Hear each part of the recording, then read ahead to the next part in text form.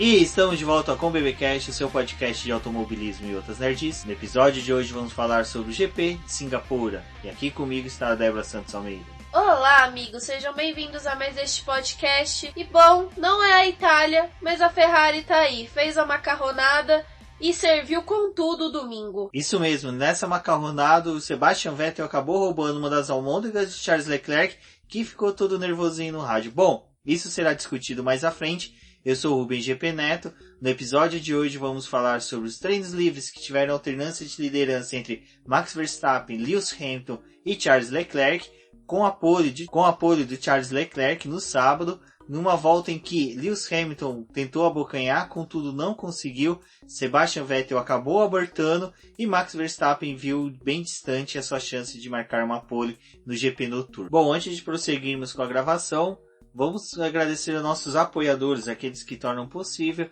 as gravações do BBcast, a manutenção do Boletim do Paddock por meio do apoio no financiamento coletivo e contínuo do Apoio. E são eles: Ricardo Bannerman, Maia Barbosa, Eliezer Teixeira, Luiz Félix, Arthur Felipe, Rafael Celone, Will Mesquita, Antony Santos, Rogério Froner, Helena Lisboa, Cássio Machado, Carlos Del Valle, Bruno Vale, Eric Nemes, Bruno Shinozaki, Alberto Xavier, Will Bueno, Ricardo Silva, Beto Correia, Fabrício Cavalcante e Arthur Aposto. Fica aqui o meu obrigado a todos os nossos apoiadores. Vocês são extremamente importantes para o crescimento e a manutenção do Boletim do Paddock.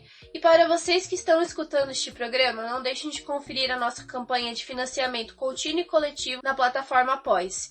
Além disso, eu peço encarecidamente para vocês que estão escutando que tirem um screenshot da tela, avisem pra gente que vocês estão escutando o programa, mostrem nas redes sociais que vocês estão gostando do programa. Isso é extremamente importante para que outras pessoas também conheçam o nosso programa e que a gente consiga reconhecer vocês e conhecer as carinhas de vocês e deixar de ser apenas números para a gente poder ter um contato melhor com os nossos apoiadores, porque de certa forma vocês que estão escutando este programa também são os nossos apoiadores. Exatamente, Débora. A ideia é sempre que a gente possa saber o perfil dos nossos ouvintes para poder melhorando aí cada vez mais nosso trabalho, nossas gravações. Até mesmo o nosso engajamento nas redes sociais.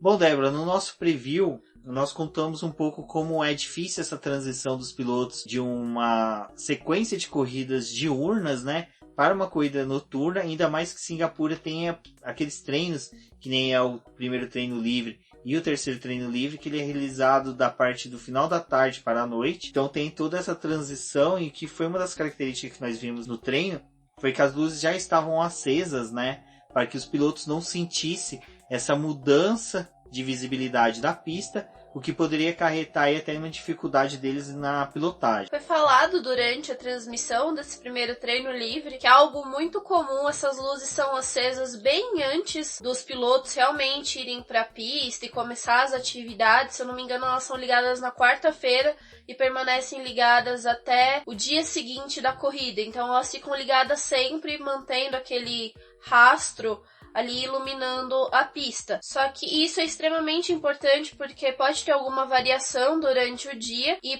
para que os pilotos não sofram com esse tipo de variação, essas luzes ficam acesas o tempo inteiro durante esse final de semana. A gente também falou no preview a respeito da temperatura. Ela é extremamente alta. Já ali no primeiro treino livre, assim que eles entraram na pista, a temperatura estava em 43 graus. Então, a gente vê que o desgaste físico já começava desde ali. Esse primeiro treino livre ele pode parecer um pouco inútil durante o resto do final de semana. O horário dele foge bastante do que é esperado para as outras atividades. O terceiro treino livre ele ainda está ali mais próximo da classificação, então eles pegam um pouquinho do entardecer, mas esse ainda tá claro, extremamente claro, e a migração para a noite só vai acontecer ali quando iniciar o segundo treino livre. Esse primeiro treino livre teve uma característica bem interessante, onde as equipes costumam fazer as verificações aerodinâmicas no carro, só que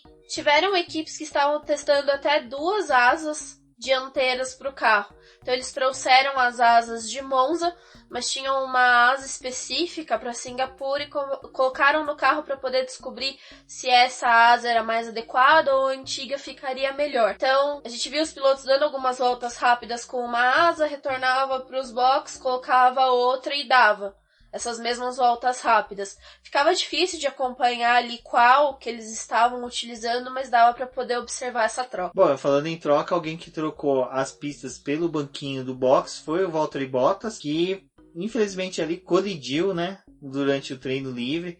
Eu acho que um pouquinho ali em decorrência, pelo que você vê da onboard dele, ele quis ser um pouco agressivo nas retomadas dele de saída de curva. Também foi uma característica que eu vi bastante, eu acho que dos pilotos nessa GP, é que as saídas de curva estavam muito rápidos, e o primeiro a testar isso foi o Bottas, e foi o primeiro também a testar a segurança dos muros. Ele já tinha dado uma beliscada ali no muro no começo, depois ele acabou perdendo a traseira do carro e foi em direção ao muro. Bom, Singapura é isso, né? Circuito de rua, não tem áreas de escape avantajadas como outras pistas, então é inevitável que quando o piloto dá aquela travasada, ele acaba encontrando o muro ali como melhor amigo. Essa sessão foi focada nas voltas rápidas e o Max Verstappen liderou ela. Já no segundo treino livre, né, Débora, parecia que já estava tudo se retornando à sua normalidade, uma vez que Lewis Hamilton fez a volta mais rápida do treino e a própria Ferrari começou a se distanciar da Mercedes e da Red Bull. A diferença ali do Vettel beirou aos 800 milésimos, então era bastante, sendo que o Verstappen, que estava ali na segunda posição, estava com um pouquinho mais que 100 milésimos. Essa sessão, a gente lembra que ela é muito focada na simulação de corrida. Eles executaram algumas voltas rápidas, principalmente porque essa sessão é a que tem o mesmo horário da classificação e da corrida. Então eles utilizaram os pneus macios para poder dar algumas voltas rápidas. Só que a primeira parte da sessão teve pessoas que utilizaram os pneus médios, outros que utilizaram os duros e depois fizeram essa alternação quando foram fazer as simulações de corrida. O Albon sofreu um prejuízo ali porque ele acabou perdendo o ponto de freada na curva 10. Ali tem uma área de escape, mas ele foi direto, quebrou a asa dianteira e teve que ir para os boxes ali sem aquela parte. Então trouxe ali um pequeno prejuízo para a Red Bull. Também tivemos uma demonstração de corrida, porque o Pérez e o Magnussen acabaram se tocando, se espremendo no muro. Bem coisa de corrida, não aconteceu nada com ele, só foi um incidente ali da segundo treino livre, mas a sessão acabou tudo bem com o Lewis Hamilton na liderança, como o Rubens falou. Sérgio Pérez voltaria, né, ao estrelato aí nos treinos livres, quando no terceiro treino livre, que é, como a gente disse, no mesmo horário do treino, o primeiro treino livre, que faz com que as expectativas não fiquem tão altas para a classificação. Leclerc conseguiu fazer a volta mais rápido, mas retornando ao Pérez, o Pérez acabou batendo forte e foi punido, porque ele, como foi uma batida lateral e fazendo com que o diferencial do carro force o câmbio, então normalmente quando tem esse tipo de batida, independente se o câmbio apresenta alguma avaria ou não, as equipes trocam por questões de segurança, e foi feito isso com o carro do Sérgio Pérez, que mesmo que progredisse para uma posição muito boa, que poderia acontecer, ele sofreria punição de 5 posições ao grid. Era uma perda significativa ali para a Racing Point, porque eles estavam fazendo os treinos livres e conseguindo colocar os carros entre os 10, então mostrava ali que a equipe tinha um potencial para a corrida e para a classificação, e aí aconteceu essa infelicidade com o mexicano. Bom, Débora, essas expectativas eram grandes para o terceiro treino livre, uma vez que, como eu falei no começo, a gente teve uma troca do bastão da liderança dos treinos livres, começando por Max Verstappen, passando por Lewis Hamilton, chegando ao Charles Leclerc. Cada treino teve a sua característica, principalmente questão de, como foi dito, testes e atualizações de peças. A própria Ferrari levou uma gama gigantesca de atualizações, a Red Bull também, a Mercedes, a gente nunca sabe exatamente quando eles levam, né, atualizações para a pista. Normalmente acredita-se que seja sempre a cada 2 GPs, que é o que normalmente a equipe demonstra ali pelas redes sociais, mas a atenção era grande para saber quem seria o pole. Charles Leclerc começou naquela escola antiga, tradicional, de não importa o momento do treino livre ou classificatório, ele vai imprimir um ritmo muito forte, dando voltas voadoras a todo momento. Foi mesmo uma coisa que chamaram a atenção durante a transmissão, era que a diferença do Leclerc para os outros competidores é que ele já deixava a saída dos boxes imprimindo um ritmo forte e mantinha isso durante o aquecimento dos pneus e já colocava isso nessa primeira volta rápida que ele estava tentando buscar com os compostos. Então ele basicamente era aquele piloto que não estava querendo perder tempo e queria o melhor resultado logo de cara. Excluindo o Q1, os demais foram liderados por ele. O Q1 a gente teve a liderança do Valtteri Bottas, aquela simples esperança de que o Bottas tenha acordado e refletido a camiseta linda que ele chegou no paddock na quinta-feira, mas aparentemente era só como poderia dizer, um movimento do golfinho, né? Veio, fez uma graça, retornou lá para baixo e não retornou mais. Bom, dos eliminados aí do Q1 nós tivemos Daniel Kvyat da Toro Rosso, Lance Stroll da Racing Point, Romain Grosjean sem renovado aí contrato. Agora me expliquem como se renova o contrato dele. George Russell, que nos treinos livres, né, Débora, fez alguns movimentos do golfinho também, conseguiu levar a Williams a uma 7ª posição e se manteve ali por alguns instantes, mas daí com as trocas de pneus, os pilotos também retornando à pista com novo setup, eles acabaram jogando o menino lá pro fundo, mas foi um belo movimento dele aí durante o final de semana. E no final ali do grid, Robert Kubica, que anunciou, né, nesse final de semana que sai da Fórmula 1, que não deve permanecer. Há rumores ali de que algumas equipes gostariam de tê-lo como piloto de teste. Vamos ver aí o desenrolar dessa novela. No Q2, uma das características que foi interessante foi o bom desempenho que as Alfa Romeo estavam tendo em pista, até que, infelizmente, em decorrência de, como a gente disse, vai se passando as voltas, as equipes vão tendo melhores do setup, vão conseguindo fazendo melhores leituras da pista, e durante quase todo o Q2, as duas Alfas figuraram entre os carros que se classificariam ao Q3, mas ao final os pilotos da Renault conseguiram, né, imprimir ritmo forte e acabou jogando os dois carros da Alfa Romeo para o Q2, né, para serem eliminados ali no Q2, junto com o Sérgio Pérez e o Pierre Gasly, que também não conseguiram um bom desempenho. Além disso, tinha o Kevin Magnussen também, ali na 15ª posição. Foi o tempo do Sérgio Pérez em 11º que empurrou o Giovinazzi para 12º. Também teve o pessoal justamente da Renault que completou as voltas deles. O Pérez já sabia que ele teria punição, então ele sairia ali daquela 11º lugar, largaria um pouco mais atrás. Charles Leclerc saiu do Q2 liderando, seguido pelo Sebastian Vettel e Lewis Hamilton na 3ª posição. E assim que a terceira fase do treino classificatório teve início, a gente pôde ver todo mundo deixando os boxes. Então os 10 primeiros colocados já deixaram os boxes, começaram a aquecer os pneus e partiram para a volta rápida. Passou aquele temor de que seria bem parecido com o Monza, onde eles tentariam ficar buscando o vácuo um do outro. Até os comentários que eram no Twitch era se eles iam fazer aquela palhaçada do GP de Monza, mas aparentemente não. Acho que eles só queriam aproveitar mesmo o melhor estado da pista, e como a gente falou, a pista está sempre ali muito quente, independente se está à noite ou não, ou temperatura alta, acaba sempre degradando um pouco mais os pneus. O Vettel fez a volta dele 1:36.437, conseguia ser a melhor volta ali daquela primeira parte. O Leclerc ficou atrás. Nesse momento começou a perspectiva de que a Ferrari poderia obter a pole position, principalmente com Sebastian Vettel. A volta dele era melhor, quem tinha chegado ali mais próximo era o Leclerc, e os carros da Mercedes estavam tomando 1 segundo dos carros da Ferrari. Então era uma diferença muito grande no momento que a classificação ali do Q3 começou. Novamente restando os 4 minutos ali para o término do Q3 e da finalização da classificação, eles retornaram aos boxes, já tinham colocado os pneus macios e saíram para mais uma volta. E ali ficou a tensão, começou a aparecer o número de todo mundo que já estava abrindo a volta e os trechos. E o que preocupava era que a volta do Sebastian Vettel não era boa. Os setores dele ficou todos amarelos, então ele não melhorou com relação à volta que ele tinha feito. Enquanto isso, tinha Verstappen, Leclerc e o próprio Hamilton melhorando a volta. Então, já chegou ali naquele momento a saber que a pole não iria ficar com o Vettel, mas tinha aquela atenção para poder saber em qual lugar do grid que ele iria largar. O Leclerc conseguiu mais uma pole, ele marcou 1:36.217. O Rubens até foi um felizardo ali no Twitter, porque tem um estagiário da Fórmula 1, ele sempre faz a pesquisa do tempo, né, dessa volta, quanto que o pessoal vai marcar, e o pessoal vai lá dando chute. Ele acabou dando o chute, acertou.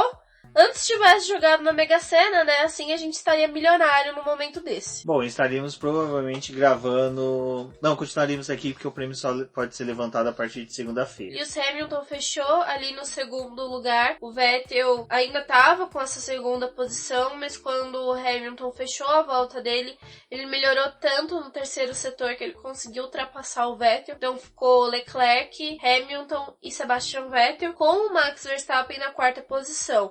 E ali a gente não via os carros da Red Bull. Nesse momento eles estavam apagados, então para quem começou a perspectiva de uma sexta-feira que poderia obter a pole, estava ali largando na quarta posição. Com Alex Albon na sexta posição, que era uma excelente posição para o piloto que está nessa terceira corrida pela escuderia austríaca, principalmente porque ele ficou a pouco distante ali do Valtteri Bottas, que esse sim tem a obrigação de fazer um bom treino classificatório. Outro piloto ali que ficou um pouco apagado, mas foi por erros cometidos por ele, e depois ele até disse em suas redes sociais, foi o Lando Norris, que não conseguiu um bom desempenho em decorrência de correções dele na pista, para não acabar batendo, porque ele estava sendo muito agressivo na sua volta rápida. Ele acabou na 10ª posição, atrás das dois carros da Renault, que foram pro Q3, mas foram meio que empurradas, porque os tempos delas eram uma lástima comparado com os carros que estavam à frente. Se a gente for parar para poder pensar, o próprio Nico Hülkenberg, que fechou na 9ª posição, estava a mais de 2 segundos do Charles Leclerc, que conseguiu a pole. Então a diferença era bem grande ali, apesar de ser um circuito de rua, não foi decidido simplesmente nos milésimos a diferença, e passou sim para os segundos, e eram segundos bem importantes ali nessas voltas. Bom, e o que não poderia faltar nesse GP eram mais punições. Como foi dito agora há pouco, o Sérgio Pérez teria que fazer a troca da caixa de câmbio, que lhe acarretaria uma punição de 5 posições no grid, o que faria com que o Giovinazzi subisse uma posição a mais ali e fosse para a 11ª posição. Ao final do treino classificatório, horas depois, saiu a notícia de que o Daniel Ricciardo da Renault havia excedido, né, o limite de potência do seu MGU-K, e assim ele teve as voltas canceladas. No caso foi a volta do Q1, então desencadeia o cancelamento ali e a inutilização das demais voltas. Com isso ele passou a ficar com a última posição, o 20º lugar, podendo realizar a prova no domingo normalmente, só perdendo essas posições.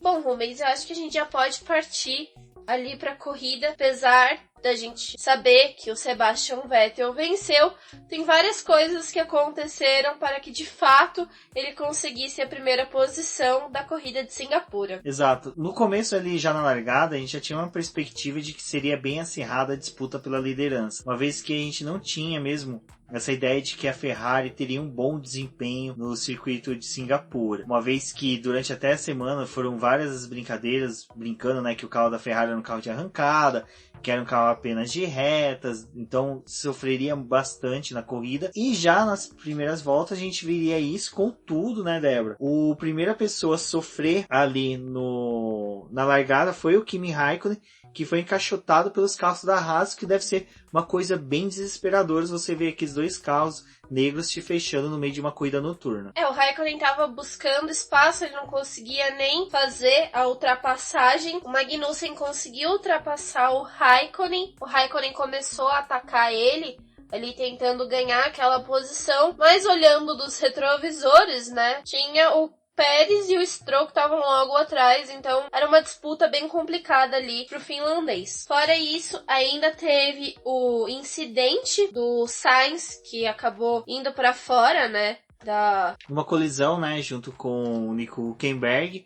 Nico Hülkenberg, que ainda não tem uma equipe definida para a temporada de 2020, já fez uma das vítimas dele ali antes de como poderia ser aposentar ou de pendurar as chuteiras, no caso dele aposentar e de pendurar o capacete. O Lando Norris, como é meio típico dele também, não teve a largada adequada ali para ele, mas conseguiu se manter entre os 10 primeiros. Já na segunda volta foi quando o Nico Hülkenberg e o Carlos Sainz foram para os boxes. A parada do Sainz não foi tão agradável assim, porque o pessoal acabou soltando o carro dele antes de fazer a troca do pneu traseiro direito, e eles ficaram tipo, levanta o carro, não levanta o carro, enfia a roda, e foram perdendo tempo ali.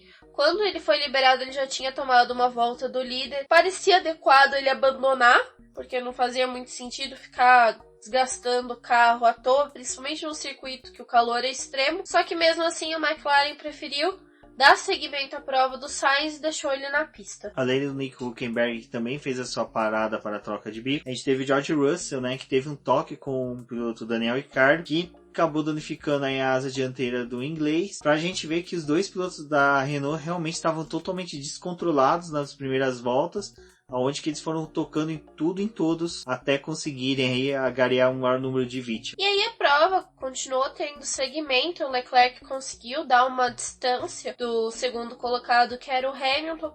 A distância chegava em alguns momentos a 1,5 segundos, 2 segundos, dependia da forma como eles estavam fazendo essa volta. O Vettel tentou chegar no Hamilton ali nos primeiros giros, como ele não conseguiu, ele preferiu conservar o carro na terceira posição, e era bem interessante ver o alemão fazendo as voltas dele, porque ele tentava fugir da traseira do carro do Hamilton para poder não pegar o vácuo, tentava buscar o ar mais limpo da pista. Então tinha alguns momentos que ele tava passando ali por aqueles macarrõezinhos que ficam dos pneus, e aí o pessoal até começou a se questionar, por que ele tá fazendo isso? Nada mais, nada menos, era buscando justamente esse ar mais limpo, que foi algo que depois a Mercedes tentou recomendar até pro próprio Bottas, que estava atrás do Verstappen, que conforme essas voltas foram tendo segmento, o pessoal que tinha se distanciado voltou a se aproximar, porque não tinha espaço na pista. O Leclerc estava ditando o ritmo da corrida, o Hamilton não queria ficar tão próximo para poder não desgastar nem o carro e nem os pneus, então ele foi ali tentando administrar a distância, e com isso o Verstappen chegou no Vettel e veio atrás, né, com ele o Bottas, e o próprio Albon, que estava na sexta posição, chegou ali, então fez um bloco de carro, era praticamente um ônibus, né, todo mundo ali muito junto, muito próximo, e não tinha desenvolvimento da corrida, ficou naquilo ali até esperar alguém cometer um erro ou começar as paradas nos boxes. Exatamente. A proximidade dos pilotos eram tantos que eles ficavam, né, todos abrindo a asa móvel, menos o Charles Leclerc. E, além dessa questão do superaquecimento, tem a questão também da pilotos precisarem de uma volta com o carro um pouco mais tranquilo, como Débora disse, refrigerado, para poder também ter o reabastecimento da bateria. Lembrando que ela é recarregada em voltas onde que o piloto faz frenagens maiores, ele não utiliza o sistema eletrônico do carro para recuperação de energia.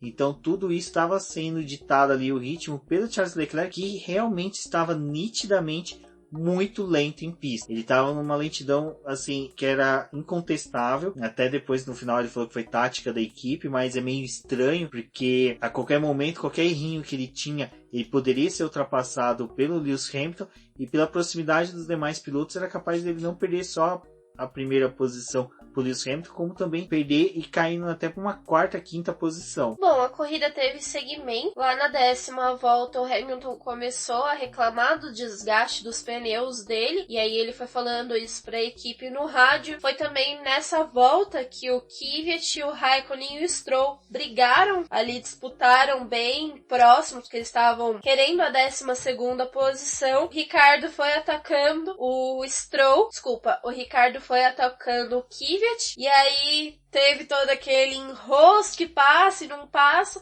O Ricardo conseguiu ultrapassar o Kvyat e o Stroll se aproveitou ali e foi junto. Deixou o Kvyat pra trás, só acenou e bola pra frente. Exato. A manobra do Stroll me lembrava muito daquelas ultrapassagens do anime lá do Speed Racer, onde que um carro colocava o arpão no carro da frente para poder ser rebocado.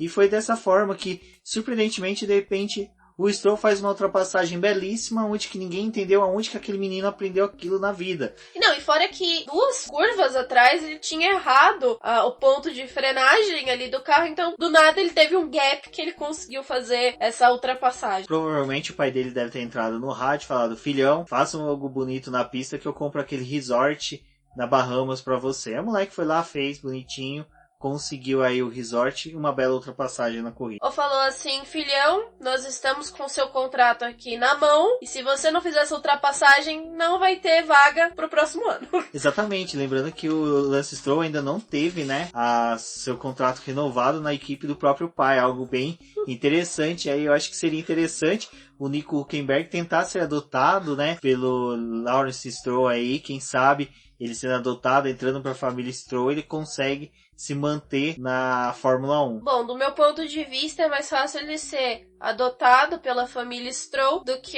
ele pegar a vaga do Giovinazzi na Alfa Romeo, mas... Exatamente, porque o Giovinazzi, a gente não comentou até agora, estava fazendo uma excelente corrida. Tava ali na zona de pontuação, tava andando na 8ª posição, tava tranquilo, ninguém enchendo o saco dele, e ele tava fazendo a corridinha dele ali do jeito que ele podia. Ainda sobre o Kvyat, ele foi ultrapassado pelo Pérez ali na 12ª volta, e aí, na 13ª volta, resolveu ir para os boxes e fazer a troca dos pneus dele, já instalar os compostos duros, pensando em ficar mais tempo na pista e talvez arriscar só uma parada. Foi nesse momento também que alguns pilotos optaram por já iniciar as suas paradas. Depois foi a vez do próprio Pérez, que tinha ultrapassado o Kvyat, o Raikkonen, e o Kubica virou ali na pista a dificuldade para os pilotos que tinham feito as suas trocas de pneus, que ele virou uma parede, ele achava que ele tinha um carro competitivo. Isso, né, essa confiança é aumentada pelo circuito de rua, que é aquela tática, né, não vou deixar você passar, e se você tentar passar tem um muro do teu lado, então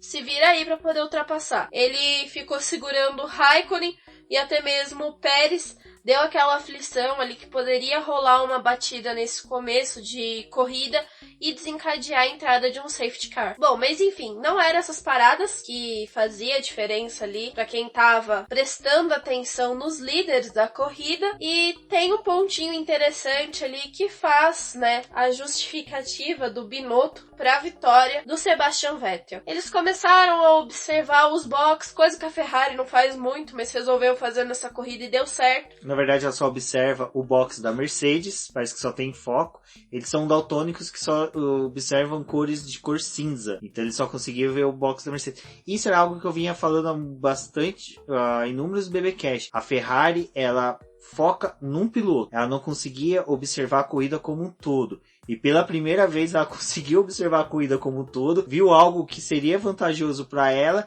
e acabou utilizando isso a seu favor. Exatamente, né, Rubens? Principalmente porque o foco ali até aquele momento era direcionado novamente para Mercedes, só que aí eles olharam pro box da Red Bull e viram que tava tendo uma movimentação ali meio estranha. Correndo o olhar, né, de box em box. Opa, a Red Bull tá tendo um movimento. E eles estavam se preparando para poder fazer a parada, obviamente que seria a do Verstappen que tava ali naquele bolo, e eles pensaram, bom, talvez seja agora que a gente deva também parar o Sebastian Vettel, só que vamos fazer melhor, vamos parar o Vettel antes do Verstappen. O que eles não contavam é que a parada dos dois ia ser na mesma volta. Então, eles pegaram, prepararam tudo lá nos boxes, chamaram o Vettel para poder não deixar nem a Mercedes ter reação, porque o Hamilton já tinha passado. Veio o Sebastian Vettel, que estava na 3ª posição. O Verstappen já engatou e foi junto com o Vettel para poder fazer a parada. Eles não tinham como reagir e chamar o Bottas. Então foi algo muito rápido para poder fazer uma reação em cadeia ali. Eles fizeram a parada, deu tudo certo. E aí foi quando eles resolveram pensar, né, na parada do Leclerc, que estava meio programada, só que foi algo que o Binotto explicou. A prioridade na pista, sim, é do piloto líder da corrida. Porém, não tem como o piloto líder da corrida parar antes, porque o risco de dar alguma coisa errada e ele perder aquela primeira posição é muito maior, principalmente no circuito de rua. Então eles deixaram o Leclerc ali, só foram parar com ele na volta 21. Foi uma volta depois, só que deu tempo deles fazerem a parada do Vettel com calma e conseguirem arrumar tudo de novo pro Leclerc vir em seguida. Que foi o que o mimimi do Leclerc depois da corrida, que não avisaram ele, que deram prioridade pro Vettel. Só que a explicação do Binotto até que foi boa. Não, além da explicação do Binotto fazer todo sentido, a gente tem uma questão que auxiliou pro Sebastian Vettel ter conseguido a liderança da corrida mais à frente, que aí ocorre nessa volta, então é pertinente a gente relembrar isso. Sebastian Vettel, além de ter um vasto conhecimento sobre a pista, ele é um piloto que consegue, aquele trecho que é antes da entrada do box, onde tem o limitador de velocidade, ele é ativado, o Sebastian Vettel consegue imprimir um ritmo de velocidade muito bom, e quando é ligado o limitador, o carro dele não perde muita velocidade, ele não tem uma redução abrupta de velocidade e de perda de tempo, ele consegue ser linear. Então isso faz com que o Sebastian Vettel, e isso já teve alguns GPs passados, até quando ele obteve vitória no ano passado, em que ele conseguiu nesse espaço de tempo ali, nesse trecho da pista, conseguir fazer uma velocidade boa e conseguir ali ganhar um tempo sobre os demais pilotos que estão em pista.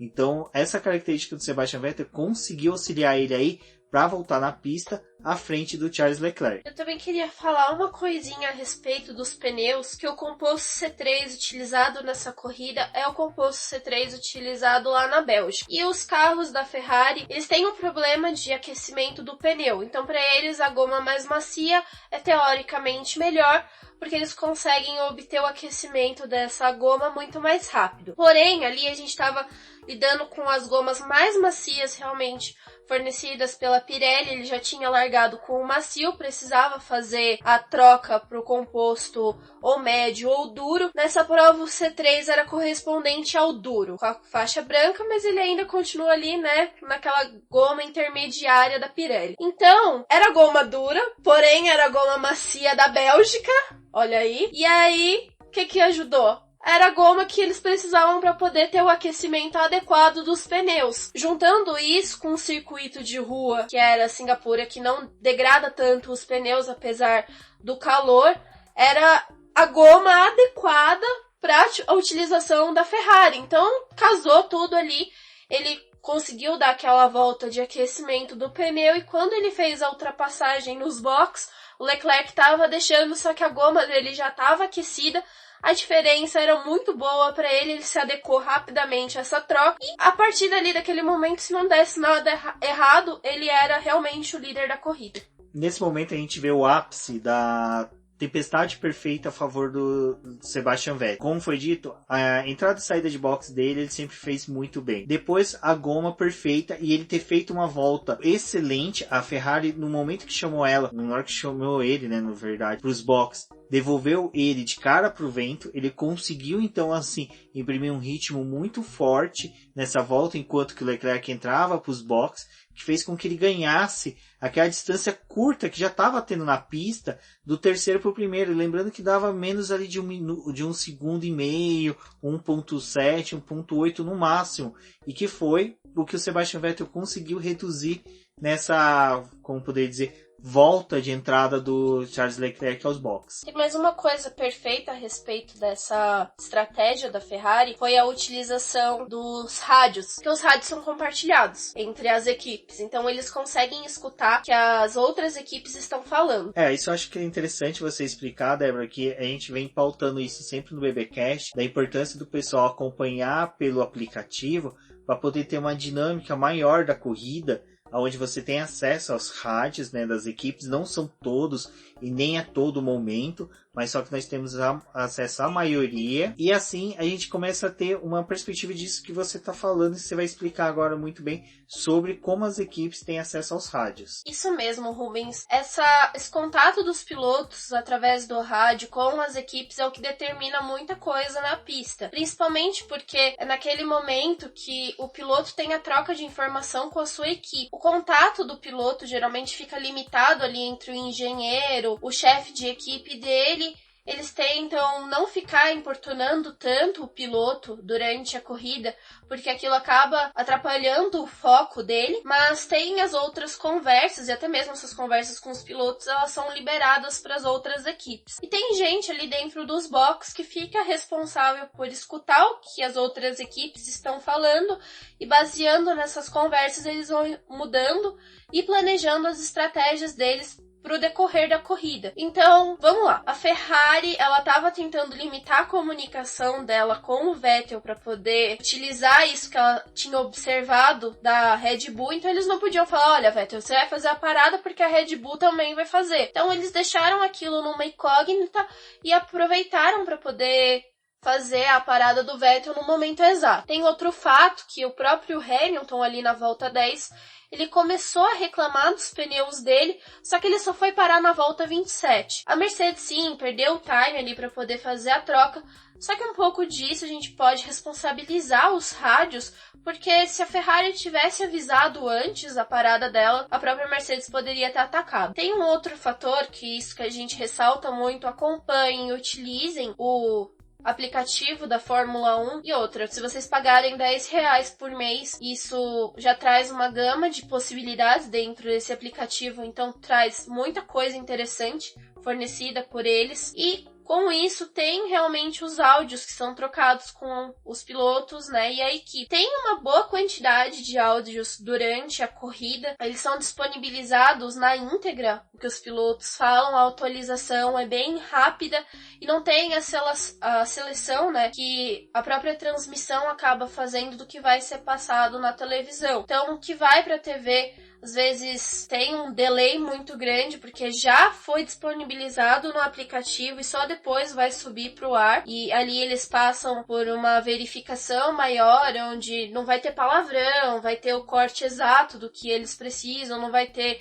geralmente, o que o piloto fala, o que a equipe responde, o piloto rebate. Esse rádio também, ele é destinado para poder auxiliar o piloto na pista em alguns momentos, mas lembrando que as equipes não podem mais passar estratégias, coisas muito pontuais para os pilotos, eles têm que se virar na pista, porque é uma coisa que está dentro das regras da Fórmula 1. Então eles falam, dá uma mexidinha nisso daqui, faz tal coisa, mas eles não podem falar tudo que o piloto tem que fazer no volante dele. E as ordens de equipe, elas também são algo passados ali quando tem que um piloto fazer a ultrapassagem no outro, mas elas têm que também ser suavizadas, não pode ser muito escancarado que está sendo feito, apesar de a gente saber, né, quando ocorre que foi feito não muito agradável a forma, mas acontece. Exato, e nisso a gente começava a ver, né, o Sebastian Vettel conseguir ali imprimir um ritmo forte, porque já na 22ª volta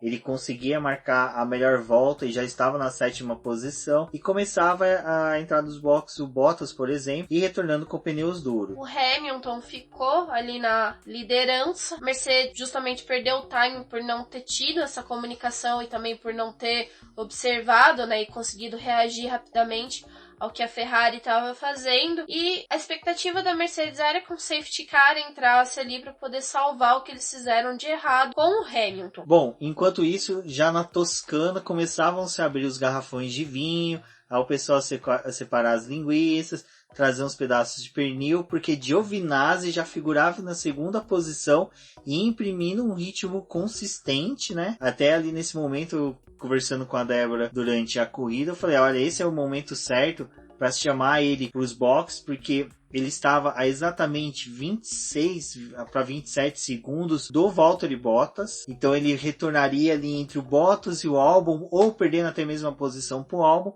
Era o momento que a Alfa Romeo deveria ter chamado, mas eu acho que a Alfa Romeo ela tem outras ideias, uma outra visão de como utilizar o piloto italiano dentro da equipe. Isso eu vou falar um pouco mais à frente, mas ali a gente já tinha um trio um pouco diferente, não tão habitual na liderança de uma corrida, que Lewis Hamilton normalmente é, mas é difícil ele ver no retrovisor dele uma Alfa Romeo e uma Toro Rosso seguindo de perto ele durante um GP. Bom, a Alfa Romeo quer mostrar para o Nico Hülkenberg que ele não vai ter a vaga do Giovinazzi. Exatamente, Giovinazzi nesse dia, no caso aqui no domingo, colocando um excelente tempo, um calor sobre o Kimi Raikkonen, que já começou nos treinos classificatórios, onde se classificou à frente do piloto finlandês. Como o Rubens disse, o Giovinazzi estava lá na segunda posição, permaneceu em segundo até o Hamilton fazer a parada dele na volta 27, e aí ele começou a liderar a corrida. Então foi espetacular, porque fazia muito tempo, fazia já 10 anos que não tinha um piloto italiano liderando corrida, e também tinha a última vez que a Alfa Romeo esteve na liderança com o carro da Alfa, né?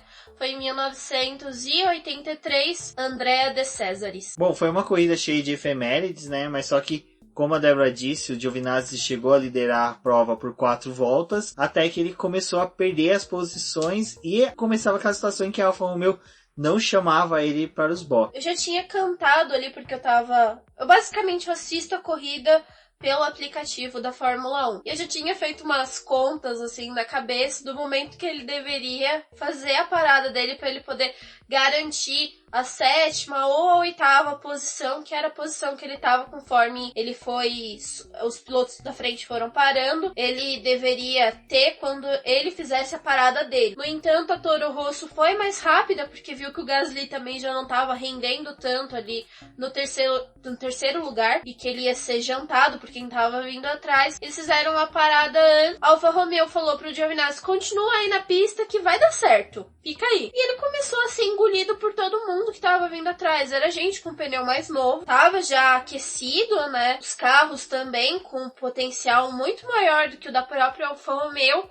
E eles deixaram ele ali na sorte, largado. Não tinha muito mais o que ele fazer. E pro azar, eles poderiam ter perdido o carro do Antonio Giovinazzi, porque o Ricardo, que estava vindo naquela afobação de conseguir posição e chegar na zona, né, de pontuação, foi lá, atacou o Giovinazzi, os dois bateram. O australiano saiu pior desse toque, porque o pneu dele foi furado, só que o Giovinazzi já tinha perdido o rendimento, começou a andar um pouco mais devagar na pista, e aí foi no momento, né, que a Alfa Romeo decidiu trazer ele para os boxes, mas complicou a corrida dele inteira. Então, Alfa Romeo, se quiser, meu currículo para estrategista tá aí, tá? Aí nisso entra dentro daquilo que eu venho falando, principalmente no Twitter, referente à renovação, possível renovação do Giovinazzi com a Alfa Romeo. O que acontece? A Alfa Romeo, ela ainda tem que se firmar dentro da categoria como algo viável para o grupo Fiat. Então ela tem que demonstrar que está sendo vantajoso manter uma equipe dentro da Fórmula 1.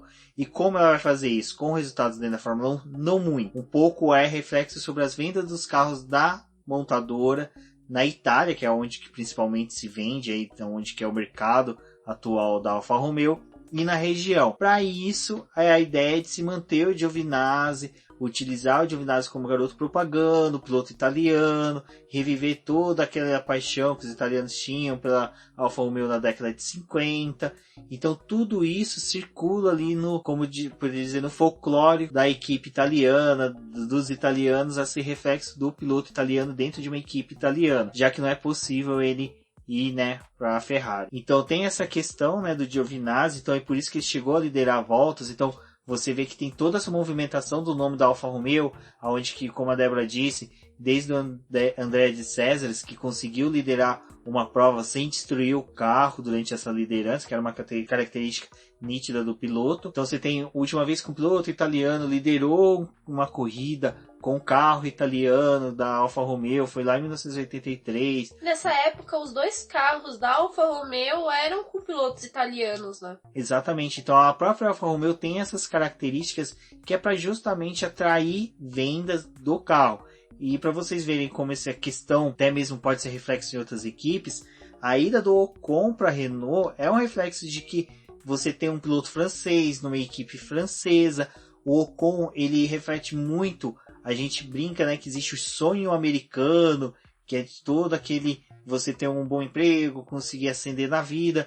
Na França, você tem não o sonho francês, mas você tem a questão da valorização de pessoas que têm o perfil do Ocon, que é uma pessoa que passou necessidade, é lutadora, pobre. Então tem todas essas questões que para a equipe francesa é boa, partindo do pressuposto que a equipe francesa, por ser uma empresa estatal, ter dinheiro do governo, ter um piloto ali que reflete toda essa questão da França, dos franceses, de que, olha, uma pessoa lutadora, batalhadora, mereceu, tá aqui, ó, conseguiu a vaga numa equipe francesa. Tem toda essa questão que a Renault já está utilizando, a Alfa Romeo já vinha utilizando, e é por isso que eu acredito que a possível renovação de contrato do Giovinazzi, tendo em vista aí que para a equipe vai ser uma boa.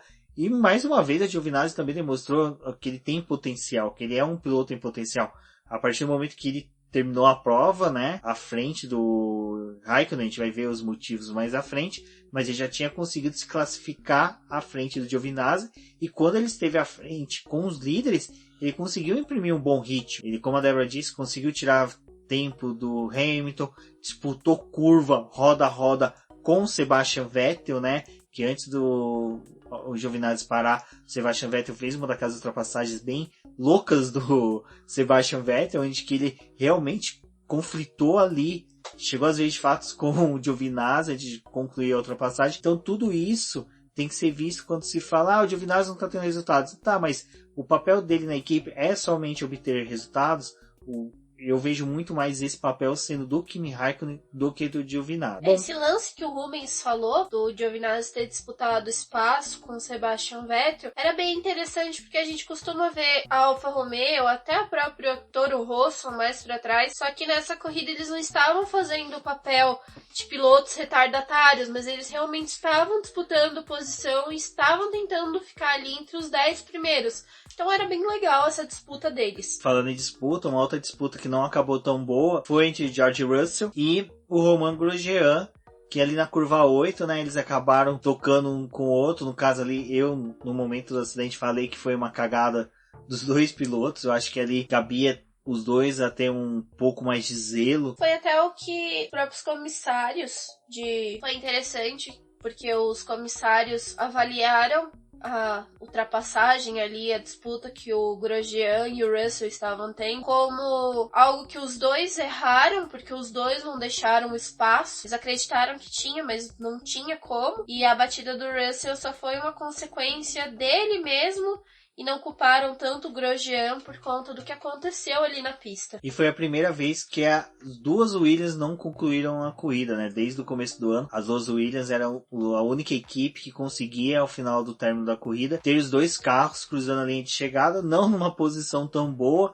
mas era um número aí, uma estatística interessante aí para uma equipe que vem brigando por não tomar voltas nas corridas. Com a batida do Russell, eles precisaram ativar a entrada do safety car e com isso começou algumas paradas nos boxes. Eu vou cortar rapidinho pro término da corrida porque foi por conta desse lance aqui que o Giovinazzi foi punido e foi acrescido no tempo dele 10 segundos. Poderia ter resultado na perda da 10ª posição, mas como o Grosjean, que terminou atrás dele, estava separado por 18 segundos, ele ainda teve essa folguinha de 8 segundos para poder manter a 10ª posição e o ponto conquistado. O que eles alegaram nessa punição dele foi que no momento que estavam fazendo a remoção do carro do Russell, ele passou muito próximo do trator, então ele colocou em risco a vida dele, também a vida dos fiscais de pista que estavam fazendo a remoção do carro, e aí foi por isso que resolveram dar a punição para ele. Quando estava sendo resolvido esse problema lá com o Russell, eles autorizaram o Carlos Sainz a fazer a ultrapassagem pelo carro de segurança e retornar à volta do líder, só que foi meio trapalhões ali, né, porque já tinha 2 voltas que o safety car estava na pista, e aí eles resolveram tomar essa atitude na volta 39, e eles já poderiam ter retomado a corrida na volta 40, e tiveram que esperar até a 41 para poder o Sainz voltar para a volta dele, atrasou um pouco a relargada, e ele estava perdendo tempo da corrida, porque com a entrada do safety car já começa a direcionar a corrida para o término pelo tempo, né? Que seriam 2 horas mais uma volta. Ultrapassa sim as 2 horas, só que com essas pequenas atrasadinhas aí complicava o desenvolvimento da corrida. E a gente teve a relargada, o Vettel se manteve na primeira posição. Ele largou o Charles Leclerc ali pro Verstappen que tava vindo atrás, tipo, se vira aí porque a primeira posição é minha.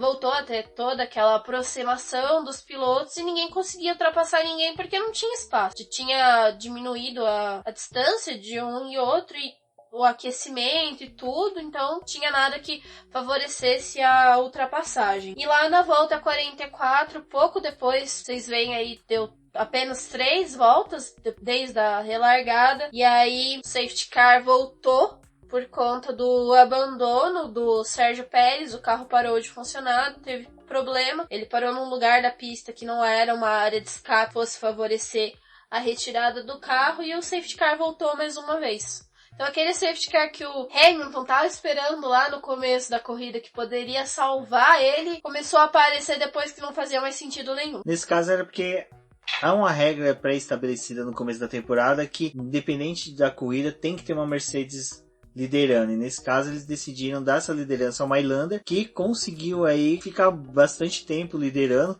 Nesse momento ele conseguia já ultrapassar o número de voltas lideradas pelo Giovinazzi, se tornando assim aí o terceiro piloto com mais voltas lideradas no GP. O safety car deixou a pista na volta 48, teve a relargada de novo, e aí, mais uma vez, por conta da proximidade, do pessoal tentando ganhar a posição, tivemos um incidente entre o Raikkonen e o Kvyat. Os dois se tocaram, o toque foi forte, e a suspensão do Raikkonen foi quebrada com isso, e, novamente, mais um abandono, mais uma entrada de safety car.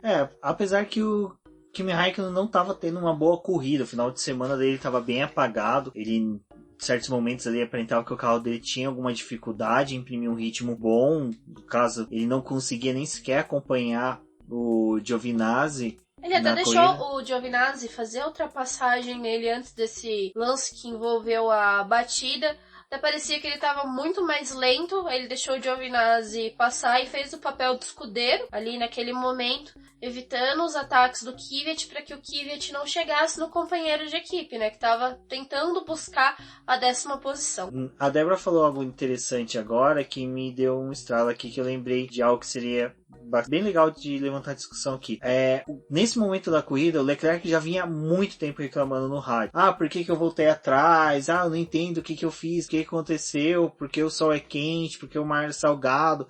Ele começou a fazer vários questionamentos no rádio e recebeu um corte seco do tipo, olha, depois a gente conversa. Sabe aquela coisa da mãe que olha pra você, olha, chegando em casa a gente conversa? Ele tomou uma dessa e, assim, é algo que eu acho que Leclerc, ele é a nova estrela da Fórmula 1, ele é um piloto, é um talento em ascensão, ele merece todos os aplausos e destaques quando ele faz corridas belíssimas, como foi em Spa, em Monza, mas começa a ficar um pouco repetitivo, um pouco chato, quando ele não tá da forma que ele queria. Ele começa a reclamar e questionar a equipe como, olha, a situação que eu tô foram vocês que me colocaram. E a gente assistindo toda a corrida assim do alto, a gente consegue ver um cenário em que a gente vê que não foi. Foi uma combinação de resultados e também do que o piloto imprimiu em pista. Eu vejo que também tem o fator da Ferrari precisar se redimir com o Vettel, porque em corridas passadas ela tomou decisões que não foram boas para o Vettel e foram boas para o Leclerc. Então isso culminou em ele acabar na frente do companheiro de equipe, vitória, essas coisas. Então a Ferrari de certa forma devia essa vitória para o Vettel e de certa forma eu vejo que Singapura foi o cenário adequado. Primeiro, porque eles não esperavam um bom rendimento. Segundo, porque o Vettel tava ali, com o Hamilton disputando quem teria mais vitórias no circuito, e o Vettel com essa vitória ele conseguiu ultrapassar o Hamilton, então ele é o dono dessa marca. É bem legal. E a gente até falou que o possível detentor dessa marca de maior número de vitórias em Singapura seria o Lewis Hamilton. Até isso no BBcast é algo interessante que eleva bastante nessa equação toda a vitória do Sebastian Vettel, porque ele em nenhum momento, acho que nenhuma banca de aposta colocava o Sebastian Vettel como um possível vencedor. Então isso eleva muito a vitória do Sebastian Vettel, e como a Débora disse, era uma questão de redenção da própria Ferrari com ele, porque se a gente lembrar a primeira vitória do Charles Leclerc, o Sebastian Vettel serviu de escudeiro, ele rebaixou-se de tetracampeão para escudeiro de um piloto iniciante, onde que ele segurou ali o Lewis Hamilton por inúmeras voltas, até conseguir ali dar uma chance, para o Leclerc ganhar um fôlego para poder conseguir ali obter a primeira vitória. Mas entre doces e amargos, né, Sebastian Vettel continuava a liderar a corrida e prosseguia assim rumo à vitória. Teve a relargada ali na volta 52, mas a corrida continuou se encaminhando para o final. Era interessante que na transmissão mostrava 10 minutos para o final da corrida, mas tinha menos, que seria voltas correspondentes a esse número de tempo que teria para essa corrida terminar. E ela terminou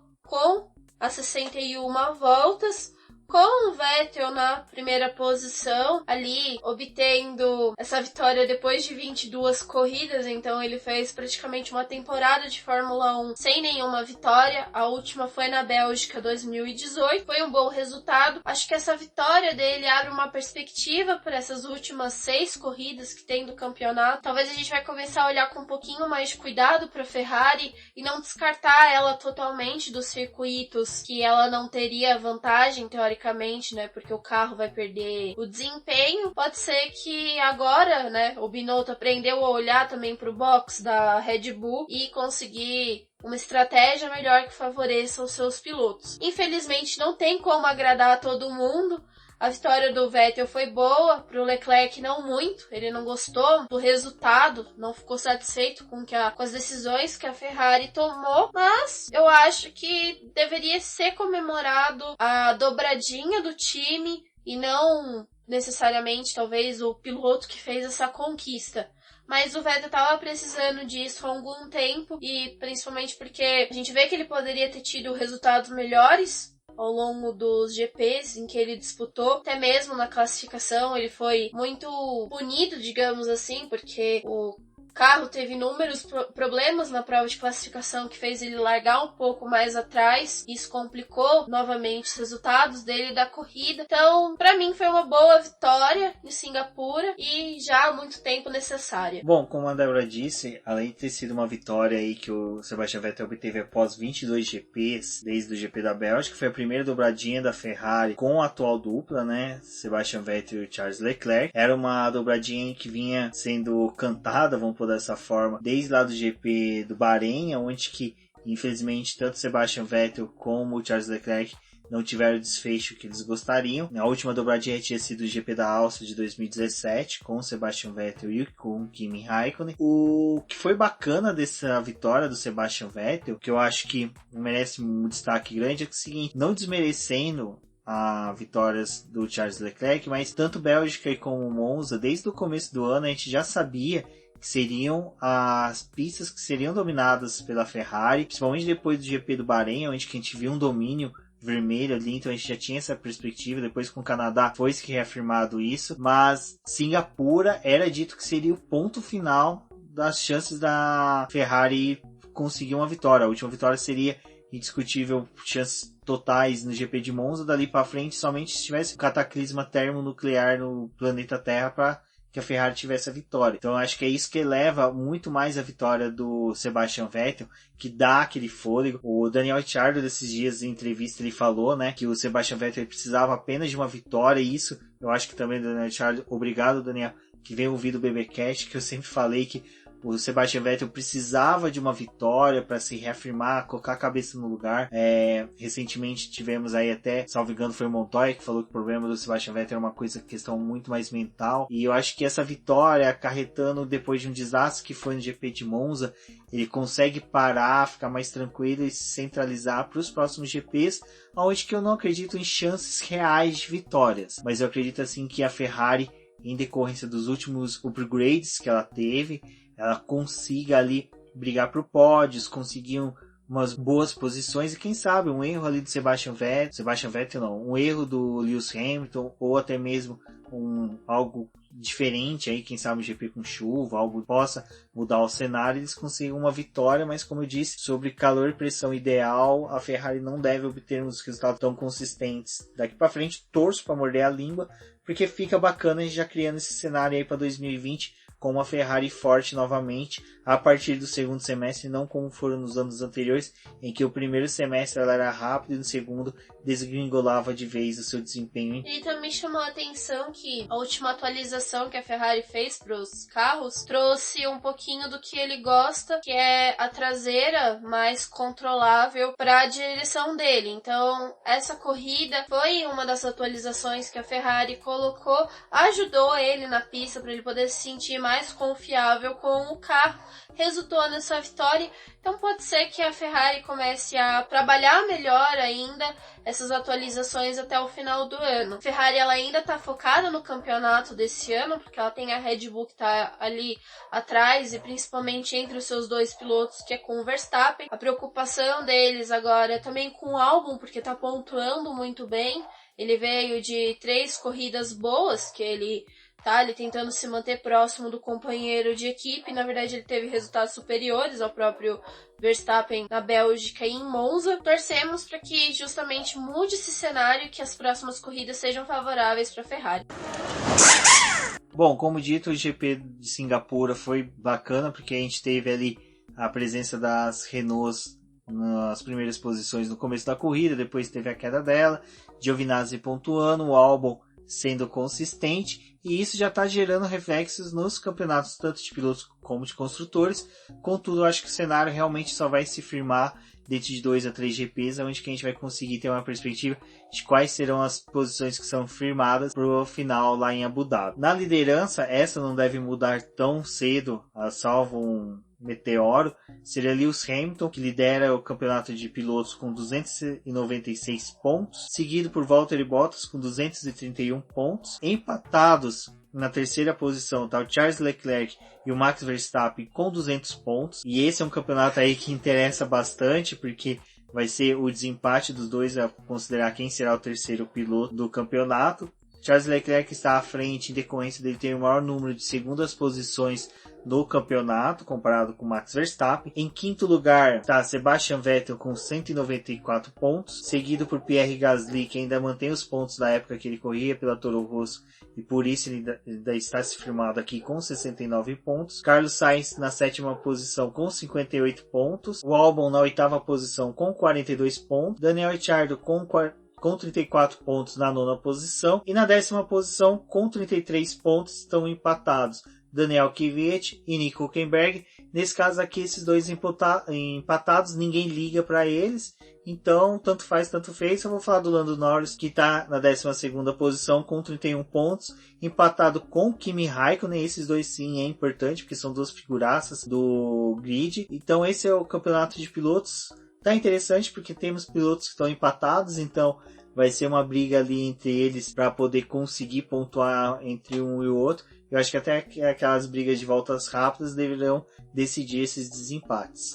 Ponto de volta rápida não tivemos nessa corrida, porque o Kevin Magnussen foi lá, trocou os compostos dele, colocou os pneus macios e deu a volta mais rápida, tomou esse ponto ali dos 10 primeiros. Ele também não levou nada para casa, mas ficou com a satisfação de saber que por mais um ano a volta mais rápida é a dele. Agora, no Mundial de Construtores, a Mercedes segue como líder com 527 pontos, seguida pela Ferrari com 394, Red Bull com 289, McLaren com 89, Renault com 67, provando ali que a disputa delas está bem intensa, porque o Lando Norris pontuou, assim como o Nico Hülkenberg na nona posição. A Toro Rosso tem 55 pontos na sexta posição, seguida pela Racing Point com 46, Alfa Romeo com 35 e a Haas ali na nona posição com 26 pontos. Não teve um bom resultado nessa corrida,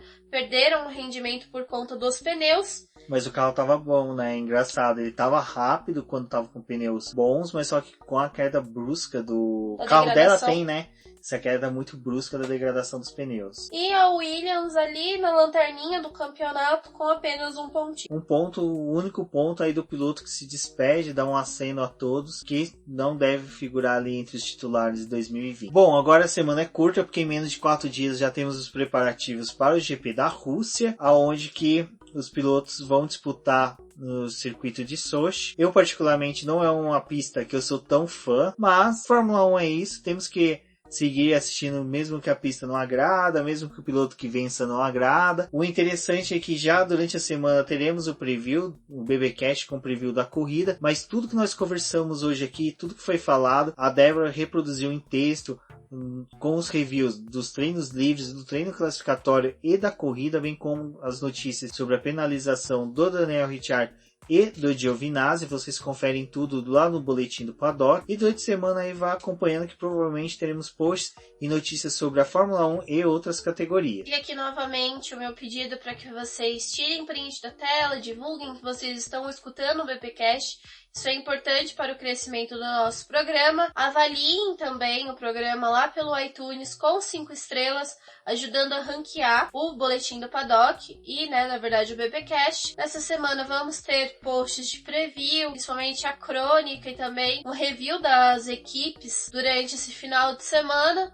Expectativas para o GP da Rússia. Nós voltamos na quarta ou na quinta-feira com o preview desta corrida. E até a próxima. Eu sou a Débora Almeida e vocês podem me encontrar no Twitter como @deathflowers. É isso mesmo, pessoal. Não deixem de conferir os posts no site do Boletim do Paddock. Compartilhem conosco quando vocês ouvirem o Boletim do Paddock, por qual plataforma, qual agregador que vocês estão ouvindo. Marquem a gente nas redes sociais, tirem dúvidas, apresentem críticas e sugestões ao Boletim do Paddock e ao BBcast. Não deixem de conferir a nossa campanha de financiamento coletivo e contínuo lá no Apoia. Um forte abraço a todos e até a próxima.